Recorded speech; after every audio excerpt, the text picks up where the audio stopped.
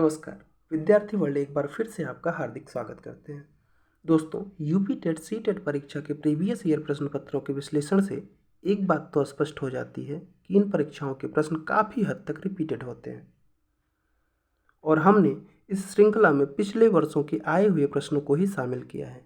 तो इस दृष्टिकोण से यह सीरीज आपकी परीक्षा के लिए और साथ ही यूपीएसआई, लेखपाल सहित सभी प्रतियोगी परीक्षाओं के लिए समान रूप से उपयोगी साबित होगी।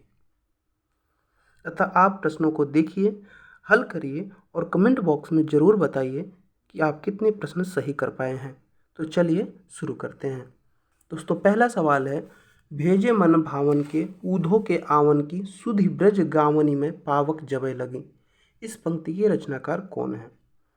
तो मित्रों, आपको पता होना चाहिए कि यह पंक्ति जगन्नाथ दास रत्नाकर की रचित उद्धव शतक से ली गई है।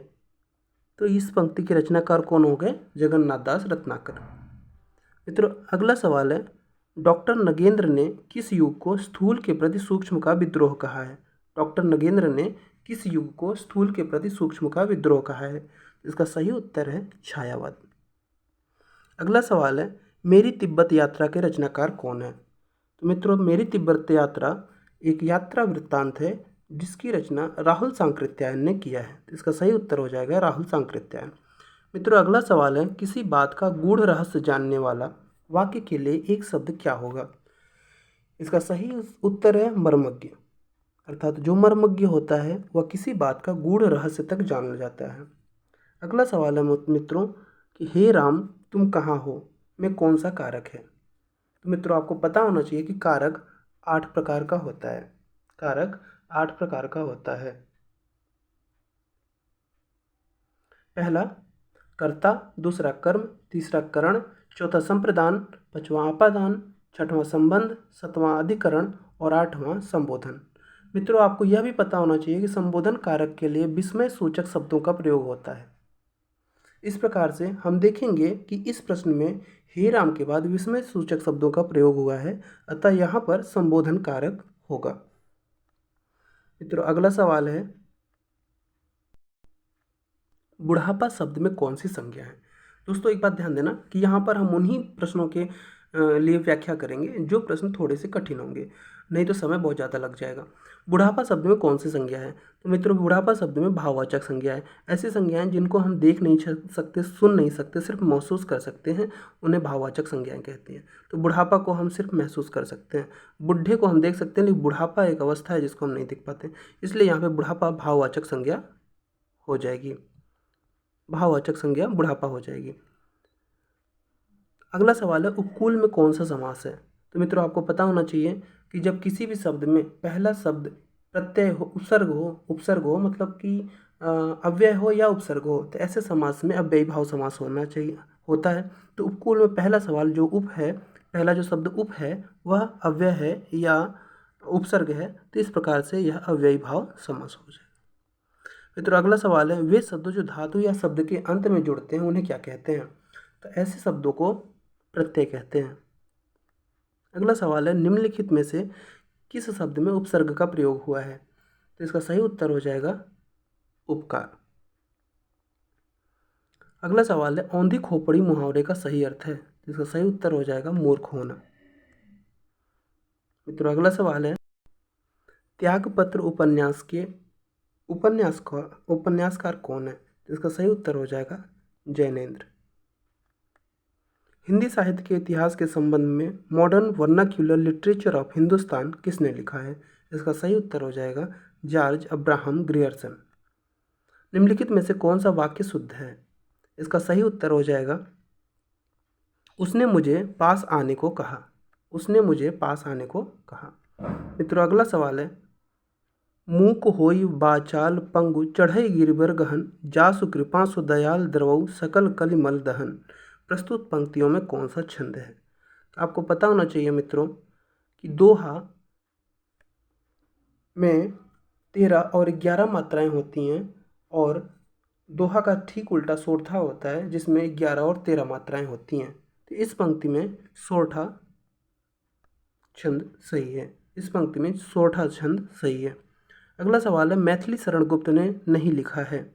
अर्थात निम्नलिखित में से कौन सी रचना ऐसी है जिसको मैथिली शरण गुप्त ने नहीं लिखा है? इसका सही उत्तर हो जाएगा कमायनी। कमायनी जयशंकर प्रसाद की रचना है। मित्रों अगला चौराहा शब्द में कौन सा समास है? जी हाँ दोस्तों, चौराहा शब्द में कौन सा समास है? तो इसमें सही आंसर हो जाएगा मित्रों द्विगु समास, क्योंकि इसमें पहला जो वर्ण है वो संख्यावाचक है, इसलिए यहाँ पर द्विगु समास हो जाएगा।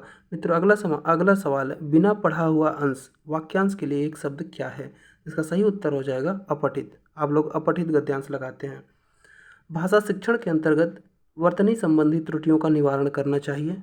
इसका ऑप्शन ए है, वर्तनी का शुद्ध उच्चारण एवं लेखन का अभ्यास कराकर, त्रुटियों का प्रकार गिनाकर, वर्तनी के बारे में कुछ बातें बताकर, या त्रुटियों की उपेक्षा कर। इसका सही उत्तर हो जाएगा वर्तनी का शुद्ध उच्चारण एवं लेखन का अभ्यास कराकर। मित्रों अगला सवाल है, बच्चों में भाषा प्रयोग की दक्षता विकसित करने के लिए आवश्यक है। इसका सही उत्तर हो जाएगा उन्हें सुनने और बोलने की पूरी आज़ादी हो। अगला सवाल है, वर्णों के उस समूह को जिससे कोई निश्चित अर्थ निकलता हो कहा जाता है। इसका सही उत्तर हो जाएगा दोस्तों शब्द। जी हाँ दोस्तों, शब्द ऐसे वर्णों का ऐसा समूह है जिसका कोई निश्चित अर्थ निकलता है। अगला सवाल है, वे कथन जो आपसी व्यवहार में सामान्य रूप से प्रयुक्त होते हैं उन्हें कहते हैं। तो इसका सही उत्तर हो जाएगा दोस्तों अनौपचारिक कथन। अगला सवाल है मित्रों, निम्नलिखित में से किस पत्रिका का संबंध इलाहाबाद से है? इसका सही उत्तर हो जाएगा हिंदी प्रदीप। इसका सही उत्तर हो जाएगा हिंदी प्रदीप। अगला सवाल है, सरस्वती पत्रिका के संपादक कौन है? मित्रों इसका सही उत्तर हो जाएगा महावीर प्रसाद द्विवेदी। निम्नलिखित में से कौन सा शब्द अमात्रिक है, अर्थात ऐसे शब्द जिसमें मात्रा नहीं लगा है? तो वो इसका सही आंसर है मित्रों कलरव। बाकी कारखाना में मात्रा लगा हुआ है, अमिताभ में भी ई और आ का मात्रा लगा हुआ है, चहचहाना में भी आ का मात्रा लगा हुआ है। मित्रों अगला सवाल है, तरनी तनुजा तट तमाल तरुअर बहुछाए में कौन सा अलंकार है? तो आपको ज्ञात होगा कि जहाँ पर वर्णों की आवृत्ति बार बार होती है, जहाँ पर एक ही वर्णों की आवृत्ति बार बार होती है वहाँ पर अनुप्रास अलंकार होता है। तो इस सवाल का सही उत्तर हो जाएगा अनुप्रास। अगला सवाल है, रामचरितमानस में कांडों का सही क्रम है? तो इसका सही उत्तर हो जाएगा बालकांड, अयोध्याकांड, सुंदरकांड, लंकाकांड। हाँ मित्रों, बालकांड, अयोध्याकांड, सुंदरकांड और लंकाकांड। बालकांड, अयोध्याकांड, सुंदरकांड और लंकाकांड। मित्रों यहाँ पे ध्यान देने वाली बात है कि रामचरितमानस में 7 कांड है, जो जिनमें से सबसे पहला कांड है बालकांड, दूसरा है अयोध्याकांड, तीसरा है अरण्यकांड, चौथा है किष्किंधा कांड, 5वां है सुंदरकांड, 6वां लंकाकांड और 7वां और अंतिम उत्तरकांड है।